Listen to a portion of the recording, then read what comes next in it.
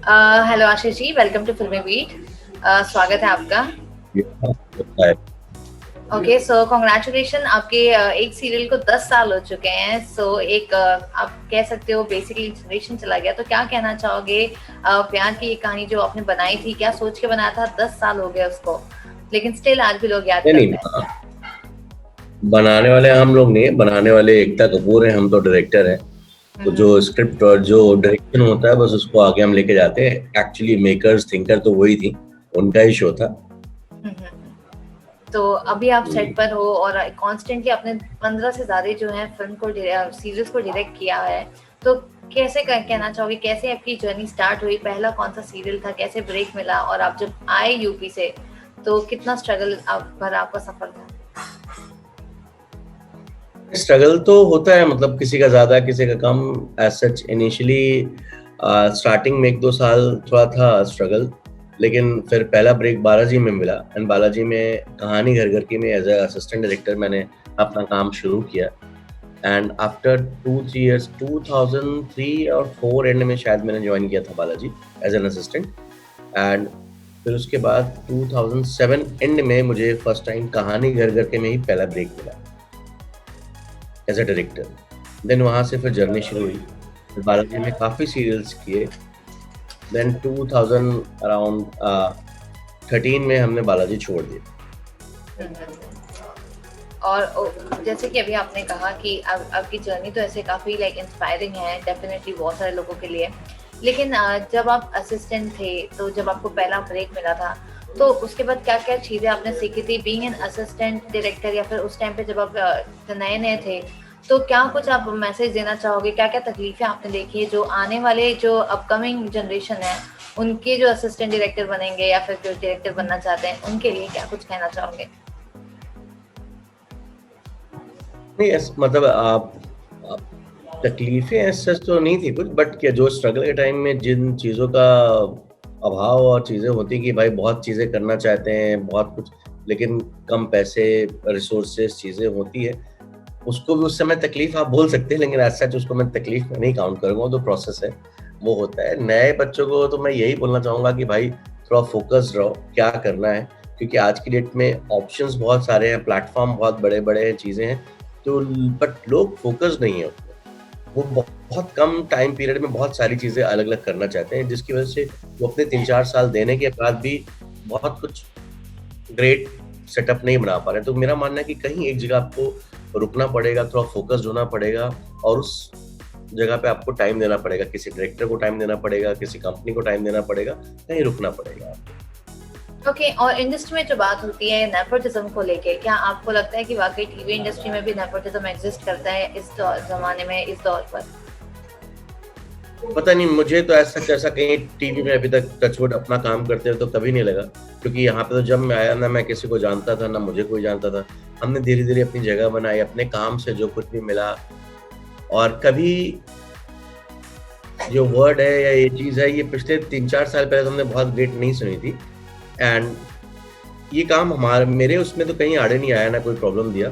हाँ, अब ये वर्ड तो ऑलरेडी वैसे भी एग्ज़िस्ट करता है ना, कि कल को मेरा बेटा भी होगा, अगर उसको आगे कुछ करना है तो मैं उसको बोलूँगा करने को।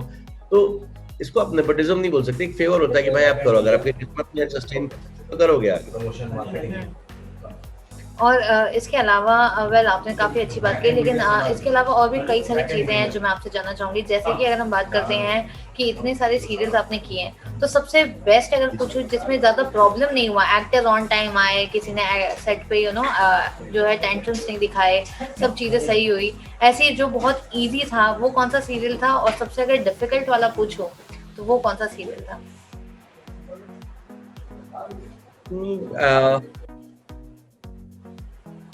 अब सबसे ईज़ी सीरियल एज़ सच अगर देखा जाए तो जो सीरियल मेरे दिल के बहुत करीब भी है, उस तरह से वो सीरियल था प्यार का दर्द है मीठा मीठा प्यारा प्यारा फॉर स्टार प्लस। हुँ, हुँ। वो ईज़ी इसलिए भी था क्योंकि वो राजश्री प्रोडक्शन का सीरियल था, और राजश्री प्रोडक्शन या राजश्री फिल्म का नाम जहाँ के लिए जुड़ जाता है तो ऑटोमेटिकली सब लोग नतमस्तक होकर के सूरज जी के हिसाब से या जैसे उनका नेचर उस तरह से काम करते हैं, तो अपने आप काम स्मूथ हो ही जाते हैं। सबको पता है कि राजश्री में मुझे काम करना है तो कैसे काम करना है, अपना काम करना है, हंसी खुशी प्यार मोहब्बत से घर जाना है, तो वहाँ पे काम ऑटोमेटिकली अच्छा होता है हमेशा। तो इसलिए उस तरह से अगर आप बोलेंगे तो आसान या एक बहुत ही विदाउट स्ट्रेस वाला शो वो रहा है मेरे लिए। एंड जैसे कि आप बोल रहे कि मतलब बालाजी में अगर मैं बोलूँ अगर स्ट्रेसफुल कुछ रहा है तो वो बालाजी में कहीं ना कहीं रहा है, क्योंकि वहाँ के उस समय वर्किंग आवर्स चीज़ें पैटर्न तो वो थोड़ा था मतलब, लेकिन बालाजी ने खड़ा किया सिखाया है, उस चीज़ को मैं कभी डिनाई नहीं करूँगा। लेकिन वो थोड़ा अनऑर्गेनाइज चीज़ें जो होती हैं वो बालाजी में ज़्यादा देखने को मिली, इस वजह से वो ज़्यादा स्ट्रेसफुल था। ओके। एंड जैसे कि अभी तो आपने कहा कि आपका काफ़ी अच्छा एक्सपीरियंस था सूरज जी के साथ काम करके, राजश्री प्रोडक्शन का। लेकिन इन इंडस्ट्री में हम ये भी सुनते हैं कि आया तौर पर लोग जो हैं वो ये कहते हैं कि यहाँ पर जो है पर डे जो उनको मिलता है वेजेस, जो उनको सैलरी मिलती है एक्टर्स को, वो ऑन टाइम नहीं मिलती, डिले होता है, चेक पास नहीं होता है। तो ये सब बातों को लेकर आपको क्या कहना है कि सच में ये सारी चीज़ें होती हैं? आपने ऑलमोस्ट इतने ये तो सारे सबके सीरियल्स साथ किए हैं। होती होगी, तो आई थिंक जो जहाँ आप लोग भी काम कर रहे हैं वहाँ पे भी बहुत सारे प्लेटफॉर्म पे होता होगा ये सब। नॉट नेसेसरी कि ये टीवी में ही ऐसा होता है या फिल्म में ही ऐसा होता है। अब किसी का लॉस हो गया किसी चीज़ में, अब ऑलरेडी उनके शो 6 महीने से पहले ही बंद हो गए हैं, तो उनको प्रॉब्लम होती है, थोड़ा दिक्कतें होती हैं। बट आई थिंक ऐसा कोई किसी का पैसा जनरली, मैंने तो मेरे एक्सपीरियंस में ऐसा नहीं हुआ कि किसी ने पैसा बहुत मार दिया और रोक दिया हो। इट्स नॉट दैट, समटाइम्स ऊपर नीचे होता है, बट अब लाइन और चीज़ें वैसी हैं। जब हम बोलते हैं कि चीज़ें इस लाइन और इस फील्ड में इतनी अनसर्टेन है, तो हम केवल मनी को इतना सर्टेन मान के क्यों चलते हैं? वो भी थोड़ा ऊपर नीचे तो होगा फिर। राइट। तो कभी आपने ये सारी चीज़ें फेस की है, कभी किसी आपके सीरियल में या फिर प्रोडक्शन हाउस ने, क्या कभी आपके साथ मतलब ऐसी चीज़ें हुई हैं? हाँ, 1-2 शो में हुआ है ऐसे, मैं मानता हूँ। जो हमारे यहाँ एक 90 डेज़ का ब्लॉक होता है कि 90 डेज़ के बाद पेमेंट होंगी, लेकिन वो कई के बार वो 365 डेज़ या 200 डेज़ भी हो जाए, वो हुआ है। बट लेकिन धीरे-धीरे वो फिर पैसे रिकवर हो जाते हैं फिर। उसके बाद उनकी प्रॉब्लम सॉल्व भी उन्होंने दे दी है बुला करके अपने आप। ओके। एंड अभी अगर मैं जो आपको वो सेट पे हुआ, आप अभी जो शूट कर रहे हो, इसके बारे में जानना चाहूँगी कि क्या कुछ ट्विस्ट एंड टर्न्स आने वाले हैं आपके ये नए सीरियल में? देखिए कुछ तो अभी बिकॉज़ कहानी हमारी जो आके रुक गई है, अब शो को आगे और इंटरेस्टिंग बनाने के लिए मेकर्स, हमारे राइटर्स जो हमारे प्रोड्यूसर भी हैं शशि जी, कुछ अच्छा सोच रही हैं। और डेफिनेटली मुझे लगता है कि अगले 2 वीक में कुछ नए ट्विस्ट एंड टर्न्स हमें दिखाई पड़ेंगे और समझ में आएगा कि हम शो को किधर लेके जा रहे हैं, ऑडियंस को भी देखने को मिलेगा।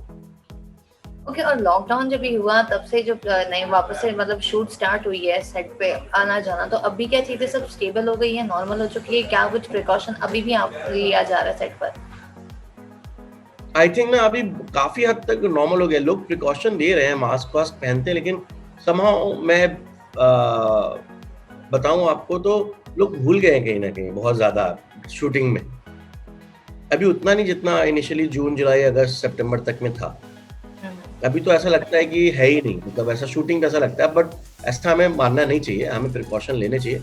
हम लोग तो मास्क लगा के रखते हैं अभी भी, लेकिन पहले जितना स्ट्रिक्ट अभी एज़ सच लोगों के माइंड में नहीं रह गया है। ओके। एंड जब से ये लॉकडाउन हुआ था, कोरोना हुआ था, जब शूट अभी दोबारा से चालू हुई है, तो टीआरपी की अगर बात करूँ तो कितना डिफिकल्ट या इजी लग रहा है वापस से वो सारी टीआरपी नंबर्स दोबारा से कलेक्ट करके लाने? अभी तो काफ़ी डिफ़िकल्ट है सच की, क्योंकि बिफोर कोविड और लॉकडाउन हमारा कंज्यूमर एक अलग कुछ देखना चाहता था। अभी अचानक से अपना जो भी कंज्यूमर है उसकी थॉट, उसके टेस्ट, सारी चीज़ें बदल चुके हैं। तो इट्स नॉट ईज़ी कि एक्चुअली उनको क्या चाहिए। कई बार बहुत अच्छी कहानियाँ हम लेकर के आते हैं, बहुत अच्छा होता है, वो नहीं चल रही है। तो और इसमें कहीं न कहीं ओटीटी का भी है कि इट्स लाइक ओटीटी पे बहुत सारे स्टोरीज़, कंटेंट ऐसे हैं जो हम टीवी पे as such because of budget और भी लिमिटेशंस की वजह से हम टीवी पे नहीं कर सकते। तो वो एक डिफरेंशिएशन हुआ है। तो इस वजह से टीवी में कॉम्पिटिशन बहुत टफ हो गया और टीवी के बजट्स पहले भी गिर रहे थे और उसके बाद बजट आफ्टर लॉकडाउन काफ़ी कम हुए चीज़ें। तो हमें कहीं न कहीं उनको अचीव करने में प्रॉब्लम तो होती है। इवन शुरुआत के 4-5 महीने आफ्टर लॉकडाउन हम आउटडोर नहीं कर सकते थे, चीज़ें नहीं हो रही थी, तो हमें ओवरऑल कहानी घर में ही कहनी पड़ती थी। तो आपको एक विजुअल ब्रेक भी नहीं मिलता था, तो वो सारी चीज़ों ने इफ़ेक्ट तो किया है स्टोरी को। ओके। एंड अब तक का अगर मैं आपको पूछूं सबसे बेस्ट को एक्टर जो लीड हैं आज जिसका लाइक आपके साथ बहुत अच्छा ट्यूनिंग है, इतने सारे सीरियल्स आपने किए हैं, तो वो कौन से हैं जिसके साथ आपकी रेपो बहुत अच्छी थी? नहीं, ऐसे तो सबके साथ है जिनके साथ भी आज तक काम किया है। कभी किसी के साथ ऐसा हो नहीं रहा है कि मैं बोलूँ कि अच्छा उनके साथ आज भी एक फैमिली रिलेशन टर्म्स है। लेकिन जिनके साथ मैं ज़्यादा कनेक्ट हुआ हूँ और जो आज भी मेरे साथ कनेक्टेड हैं उसमें से कई लोगों के नाम हैं, जैसे कि आप अपना नकुल नकुल मेहता, पल्लवी पुरी, विवेंद्र सिन्हा, शहीद शेख, ऋत्विक धनरानी, ये लोग से आज भी सुयश राय, अभी राइट नाउ मानव सर, मानव गोयल जी। तो एक अपनापन है हम लोग, मतलब ऐसा कभी लगा ही नहीं कि हम एक्टर और directors like we are friends और कुछ भी बात हम आपस में समझ के एक दूसरे से कह सकते हैं, तो कनेक्शन रहा है और male actors at least. Alright, so well जाने से पहले क्या कुछ मैसेज आप देना चाहते हो जो हमारे दर्शक हैं और जो ऑब्वियसली सीरियल्स को प्यार करते हैं और आना चाहते हैं उनके लिए, क्या कुछ आप सलाह देना चाहते हो और क्या मैसेज है आपका? नहीं, आप टीवी देखते रहिए, अगर आप चाहते हैं कि टीवी पे अच्छे कंटेंट आए तो प्लीज जैसे स्टार प्लस पे या वोट के लिए या Z5 के लिए आप उस पर भी देखिए, लेकिन आप टीवी पे जरूर देखिए अगर आप चाहते हैं आपके शोज चलते रहे, आप पसंद करते हैं। बिकॉज बहुत सारे टाइम फैंस बोलते हैं शो बंद क्यों कर रहे हो, बंद क्यों कर रहे हो, क्योंकि बिकॉज वो टीवी पे ना देख कर उसको हॉटस्टार, Z5 या वोट पर पहले ही देख लेते हैं, जिसकी वजह से भी कहीं ना कहीं इफेक्ट तो पड़ता है। तो अगर आप अपने शो को पसंद करते हैं तो प्लीज टीवी पे भी जरूर देखें, जिसके लिए सबके लिए अच्छा होगा वो।